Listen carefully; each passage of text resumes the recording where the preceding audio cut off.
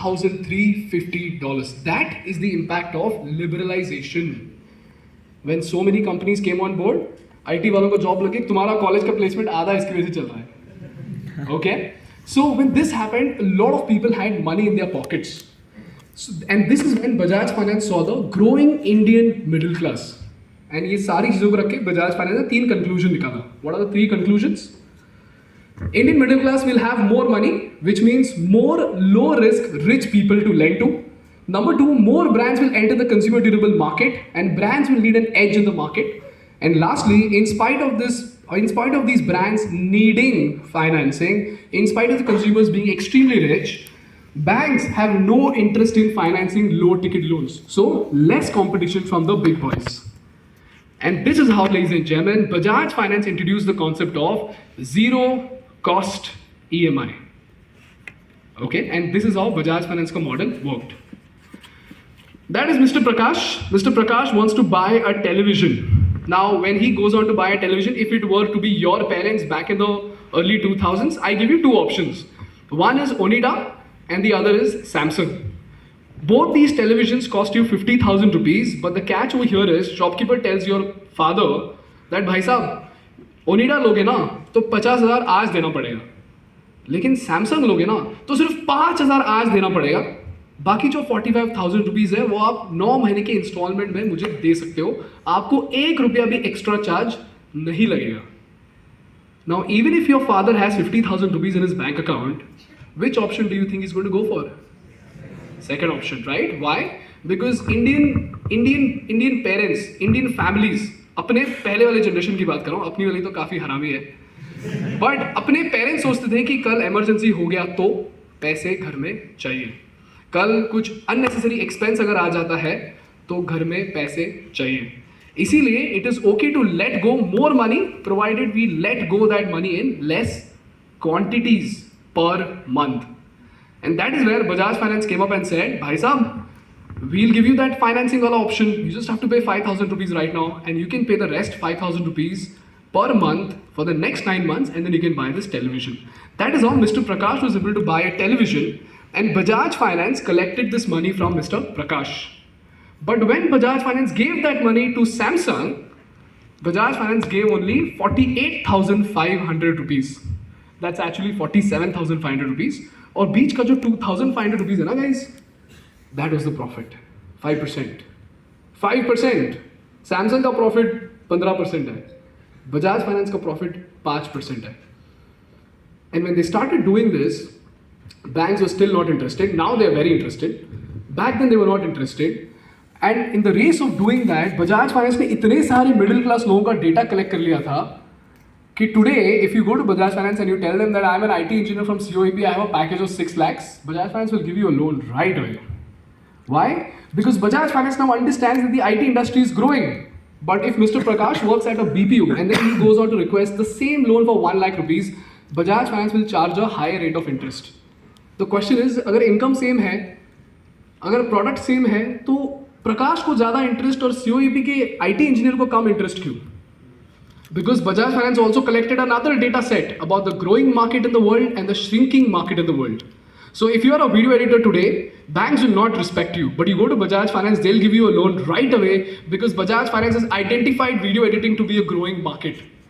So this is where their second layer came up, which is data analysis. In the race of doing that, you know what? They tapped onto a massive gold mine. And this gold mine was the chartered accountants, the surgeons, the doctors who run clinics and beauty parlor business owners, whatever you call them. So, you know why banks do not respect these people? Because banks said, तुम तो freelancers हो यार, कल customer आया नहीं तो, कल surgery नहीं करनी पड़ी तो, what will happen to your business, right? Tomorrow, what if your client leaves you?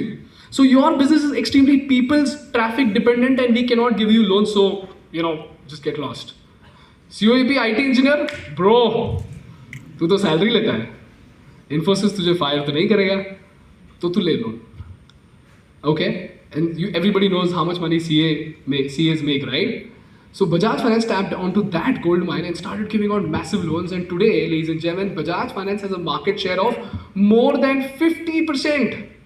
in the consumer durable space. Their profits have increased by 33% for the past 20 goddamn years. As a result, today Bajaj Finance has become an epitome of wealth creation. Sad part, Bajaj Finance is studied as a case study in international universities, and over here, I bet you that nobody knew about Bajaj Finance until I showed you that graph जिसमें बोला मैंने कि पैसा मिलेगा. Right? This is Bajaj Finance for you. So what does this tell you? You should find a gap in the market and you should make sure that that gap is growing. Now, if you want to summarize this up, this will be what are the new necessities that will come up with the progress of the civilization. The two most important words being necessities and progress. The second takeaway is the growth of the problem should happen with the growth of the civilization. Bajaj Finance, liberalization, more IT jobs, more people, more consumer durable market, and the market has kept on growing. It's not a shrinking market, it's a growing market. And then you have the third question, that is, why isn't this problem addressed yet? Okay, with the banks it was not addressed because the banks were looking at financing from a sheer consumer standpoint. They never thought we could actually get margins from Samsung and Oneida. But Bajaj Finance was able to spot it and they built a business on top of it. Are these three takeaways very, very clear to you guys? What are these three takeaways? New necessities with the progress of the civilization. Growth of the problem must happen with the progress of the civilization. And the last question is, why isn't it addressed yet? Now to summarize this, ये समझ में आ गया सबको? Do I have to explain this any further? No? चलो ठीक है. Let's move on to the next takeaway. Next. Okay. The next takeaway is when you find the gap in the market, the second step would be to understand the difference between your perception and your customer's perception. And this is what I call as minding the gap. For this, we will have a look at the iconic story of Portugal. Video play kar. In 1974, the Carnation Revolution overthrew his oppressive Estado Novo regime. Censorship was at an end, freedom of speech restored, And the Portuguese people were suddenly exposed to newfound freedoms. Back in the 1990s, Portugal faced a heroin crisis. 1 in 100 people were using the drug. Rates of AIDS infections among drug addicts were higher than anywhere else in the EU. It was almost impossible to find a single family in Portugal that had no problems connected to drugs. Due to its geography, it serves as a gateway for trafficking into Europe. So stamping out drugs just isn't realistic. Instead, it's shown that a humane and health-led approach can be much less damaging to society. Within a decade, the number of addicts in Portugal was cut in half. In British Columbia alone, hundreds died of AIDS. The provinces struggled for decades to save lives. Arguably, no place in the world has had as much success dealing with addictions and overdoses as Portugal. This is what Portugal looked like back then in the 1990s. So they were facing a heroin crisis, like the video said, that Portugal had become like this warehouse hub for all the drugs that was coming from Afghanistan and Pakistan. And from there, it was going all into Europe. And more importantly, because they had just gotten a new government of democracy after dictatorship, the control that the government could have over the people of Portugal was very, very less. Because of which drug mafias entered the business and corruption was also very, very evident.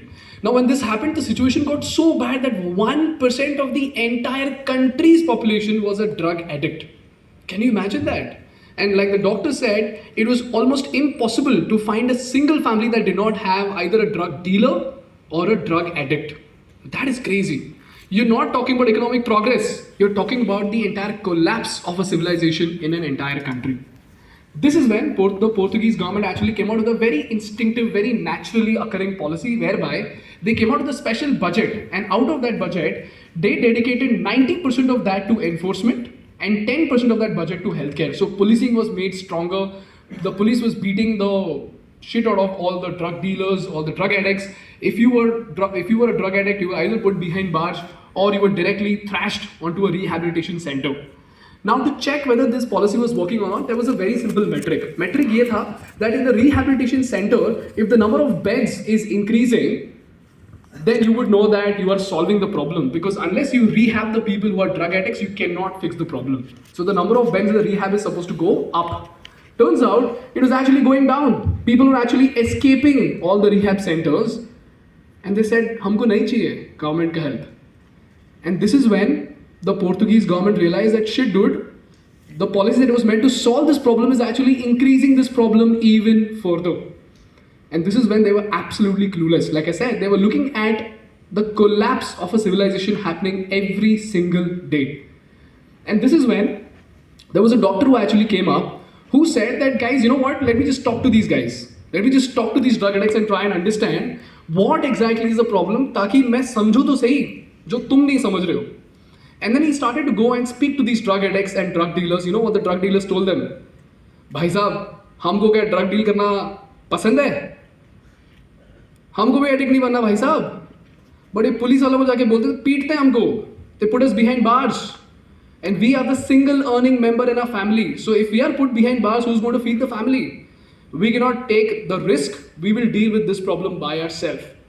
And that is when this doctor realized that the government had assumed that people are passionate criminals. And in the race of making that assumption and the strict policy, they forgot about the fact that people are not passionate criminals. These are just innocent, scared people.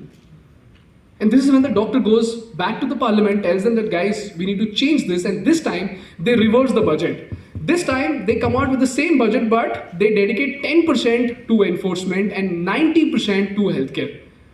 And they tell the people that, guys, listen, if you go there and confess to the police that I'm a drug dealer, I'm a drug addict, you will not face a prosecutor or a policeman. You will instead face a medic, a therapist, and a government officer who will help you get an alternate source of income.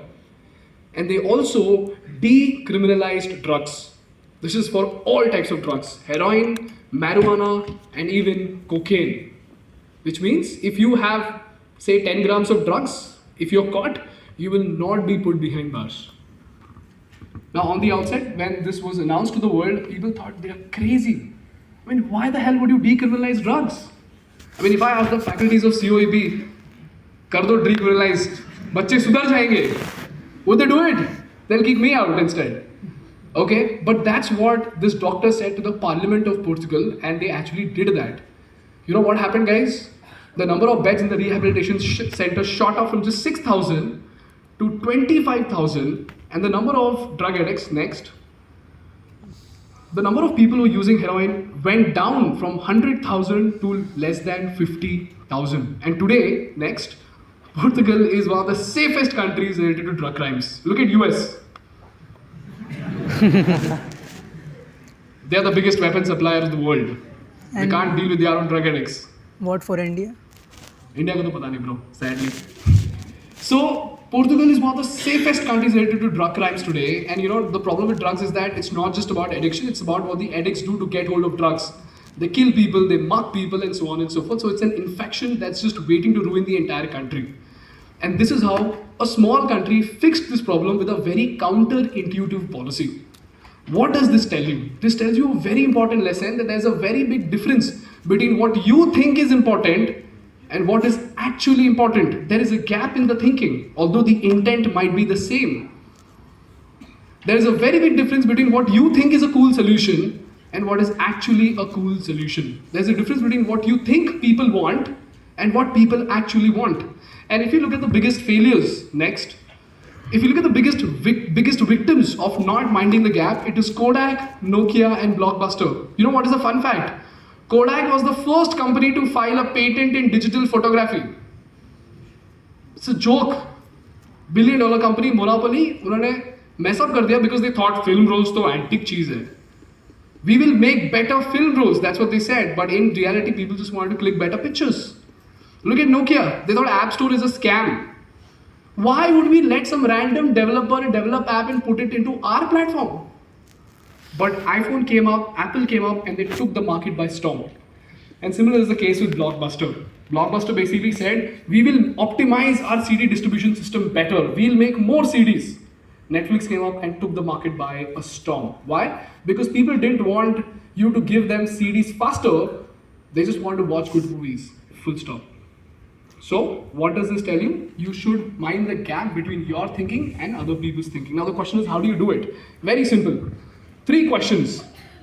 This is called as the magical feedback. If you've read the book Culture Code, how many of you know about the book Culture Code? One quick recommendation, please, everybody read this book called Culture Code. आपने video में Culture बताया Code था में एक technique है जिसको बोलते हैं magical feedback. If you just ask this question, this is applicable to everybody, whether you are a teacher, whether you are a product designer, whether you are a service designer, regardless of who you are. Whenever you build your first prototype, in case of the teachers, if you are designing your lecture, go out there and tell your students that this is the lecture that I'm planning to conduct. Do you find it interesting enough? I'm sure nobody asked you that, right? Okay. So you got to ask these 3 questions. What do you like about the product? What do you not like about the product? And if you were me, this is the most important question. If you were me, what would you change? Okay. Now, if you ask me how I apply this, guys, we've made 212 videos. We've scaled up to 30 lakh subscribers in less than 23 months. That's a record, apparently. But the heart of it is that every time we make content, we have a dedicated set of sample audience, which is our friends and family. We pass on every video to them and we ask them, what do you like about the video? What do you not like about the video? If you were me, what would you change? If we make a video related to finance, about UK's economic collapse, I showed it to a friend of mine who doesn't know anything about finance. If Shambhavi understands what UK's economic crisis is all about, I am sure that 2 million other people will also understand. Okay?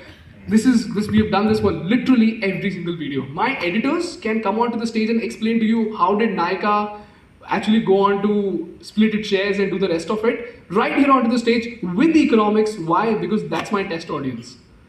अगर मेरा editor Paytm buyback strategy अगर समझा सकता है तो कोई भी समझा लेगा. Which is why we thought we are making content for 18-year-olds, but Think School videos are even understandable enough for a 15-year-old. Okay, and that was what I consider to be a very big achievement for the company as a whole. Do you realize what happened over here? I thought my audience is X, but it got me 3x, 10x the audience that I ever thought I'll get. So this is the power of magical feedback. Okay, is this very, very clear to you guys? Can you give me a thumbs up, everybody? Lovely. Let's move on to the next one. The third lesson that you have to take care of is identifying the pain and interest of the audience. Next. Do you know who that is? How many of you watched House of Cards? Very few? Chalo, theek hai. I thought everybody must have watched it. She's Claire Underwood, one of the most powerful characters on TV. Does that picture look in any way powerful to you? It looks intimidating, right? Turns out it's not Claire, it's the cigarette that is doing it. Okay, and there's a very deep shit psychology behind it. And I'll tell you a very interesting story. If you understand this, it'll both scare you and it'll blow your mind. You decide how you want to take it. Next. You know who's this guy? Scientist, of course. This guy's name is Edward Bernays. Genius, goddamn marketer. The best marketer perhaps the world has ever seen. और इस बंदे के पास जाके American tobacco company के president ने बोला, भाई साहब सिगरेट इंडस्ट्री तो बहुत अच्छे से ग्रो कर रहा है 1920s में, because World War had just happened and America had gotten super rich. Their worker wages had doubled, so everybody was buying cigarettes, wine, everything. तो ये जाके बोला, सुनो ना, ये आदमी लोग तो पी रहे हैं, मजा आया, making a shit ton of money. But what if women also start smoking? Wouldn't that be awesome? Because we're missing out on 50% market share and we know that they have money. But the problem with the American society was that if a woman smoked a cigarette, she would associate it with prostitution. Then the question is, from there, how the hell did he get women to smoke cigarettes? And he did not just get women to smoke cigarettes aise hi. Look at the chart. In 1924, 5% women in America smoked cigarettes. 1929, this goes to 12. 1935, this goes to 26. By 1940, 45% of the women started smoking cigarettes. And people were able to see the result of Edward Bernays in less than 6 weeks. Something that is associated with prostitution has suddenly become cool in the city of New York. The question is, what the hell did he do? Well, here's what he did. he looked at the pain and interest of the audience and he realized that women in America, because it was a very patriarchal society, women in America were suppressed